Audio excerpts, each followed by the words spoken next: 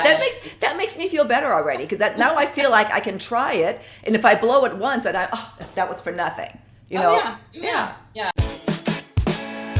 Did you push record?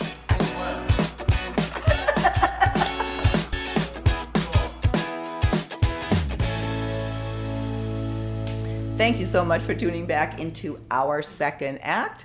If you saw our last segment, which I hope you did, if not, we've linked to it. Paige and I opened up the conversation of organic versus the GMO treated foods, and how important that is, that we are aware what that does to our bodies at this point in our lives. And joining us today on our expert segment on our second act is Jen Giles. Jen, welcome to the show. Thank you, Silka, so much for having me. I'm very excited to be here today. Jen is, for purposes of today's show, a registered dietitian and nutritionist, correct? Yes, registered dietitian nutritionist. Yep. Yes.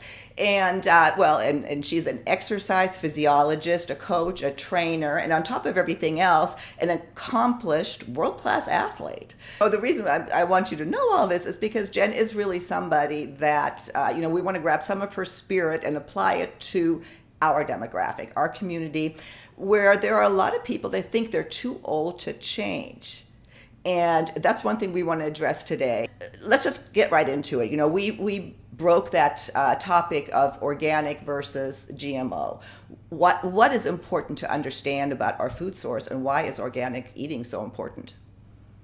Yeah, I think the first thing to realize is you really want to put as much healthy, natural nutrients into your body as possible. And the first place to start with that is food, obviously. Especially our age demographic is we've grown up with a lot of foods that were not necessarily organic. We didn't really know what that even was, and a lot of packaged foods. So most of us grew up in a time where GMOs were really becoming popular, even though we didn't know it. They were mass-producing foods, and we were really exposed to a lot of these chemicals and pesticides and genetically modified products.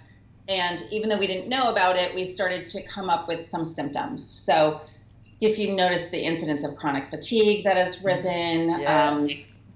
Joint illness, heart illness, cancers, ADHD, autism, all of these, I don't want to call them diseases, but body states that are not healthy, not ideal, have arisen, and we've really linked them back to our sources of food. So I always like to explain it very simplistically as this. Our cells turn over constantly. They're turning over on a daily basis.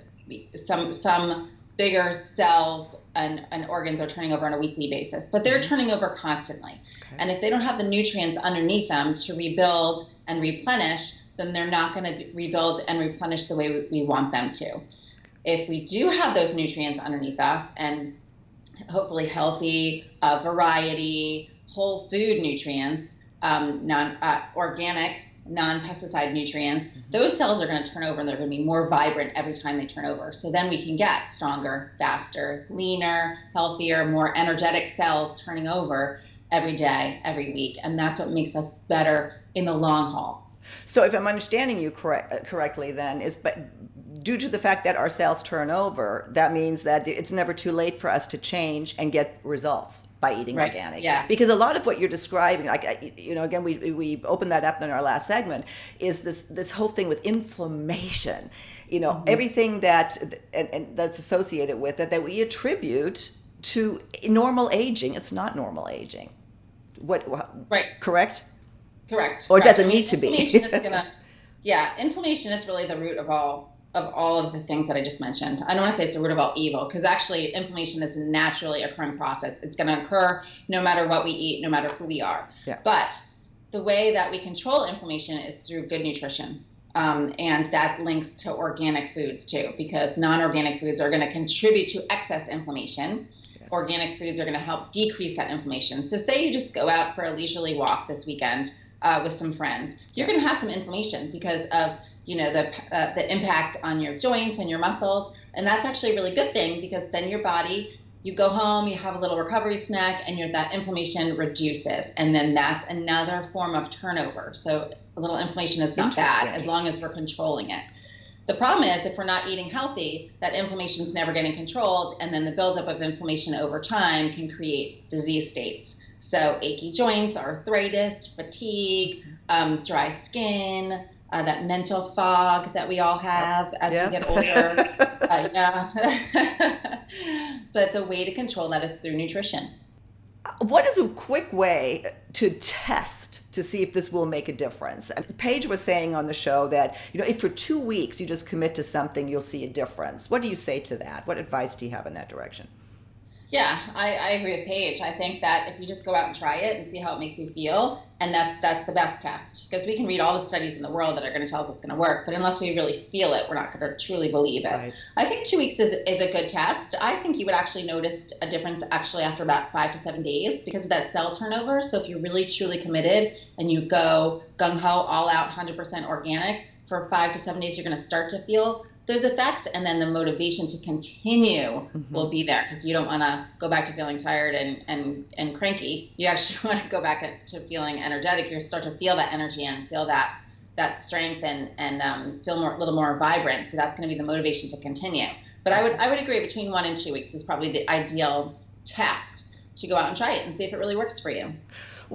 Any specific advice in terms of what foods, you definitely, if you like, for example, I eat eggs every day, bread, different fruits. I already do organic eggs, but I'm trying to give some practical tips that somebody can, easily implement. Yeah, as far as foods, if you don't want to commit 100% to organic, because sometimes it can be a little expensive, or you just want to test the waters a little bit and see which ones you can wean off of and experiment with. There's a list. I actually have a list right here. Oh, good. Certain foods that really should be organic as much as possible. And like you said, everyone falls off the wagon. We travel. There's not access all the time to organic foods, and that just happens. And we feel the effects, but when we get back on it, we feel great again. So that's always the proof that it's it's okay to fall off the wagon. I think it's natural. Okay. I think it's yes. Not as only is it okay, but I think it's just unavoidable reality. Yes. Yeah. It's just because of our lifestyle. Good. That makes me feel better already, because now I feel like I can try it, and if I blow it once, and that was for nothing. Yeah. I wouldn't even go down there. I'd just be like, as long as you get a little bit better, yes, then you're making a good change in the right direction. Okay. So you have a list of foods that always should be eat, or if you can at all, buy them organic, and others aren't. We're going to link to those lists to make sure our viewers can access them. But tell us briefly why those two categories differ. Yeah, so there's basically a list that you should, most of the time, like you said, eat organic. And that's really because those are the vegetables that absorb the pesticides more easily, and they're harder to wash off. So if we could go organic with that list, that would be much more beneficial to your body. So here's one thing I would challenge you to do if you're interested at all in trying to change your eating patterns to eating organically. Just take a couple of foods on this high pesticides list and make the change. See how easy it is to find, see how easy it is to prepare, and see how you feel doing that. And that's one thing that will empower you to go ahead and make a couple more changes, either from that list or elsewhere, and go from there. Baby steps will add up to, anytime you're making a small change, it's going to add up to a big change eventually. So just take what you can do right now and then go with it. So if you wanted to test the waters of eating organic, you could choose from that first list and see how it goes first and then expand. Yeah. Which includes the strawberries and the apples, which we weren't sure why they were on there. Right, and Paige was right. She was right on target. Perfect. Yay, Paige. Well, Jen, there's so much more I want to talk to you about, and we're going to have you back for other segments. For today, what would you leave our viewers with as the takeaway of why you should consider organic food, especially at our age, at this time of life?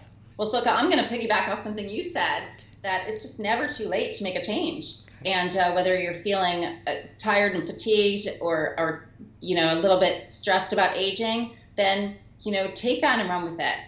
It's what you did earlier in your life has nothing to do with what you're going to do now. In fact, it's only going to enhance it.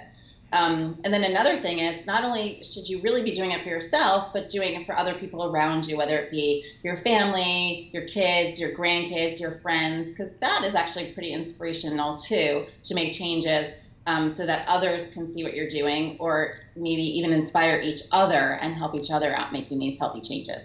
Well, you bring up a really, really good point. And in closing, this is, at our age, educate our kids and our grandchildren. Yeah. While we Yeah. have more time to do it. Right. Now So, we have the knowledge, and knowledge is yeah. power. And if we can change the generations that follow us by an example of making a change now, then how wonderful is that? Yeah, well, thank you so much for all the great advice. We are going to have you back on several more times. For now, let me thank you for being on today. We will link to Jen's information if you want to contact her directly as well. And we'll see you soon on another episode of Our Second Act. See you later, Great. Jen. Thanks so much.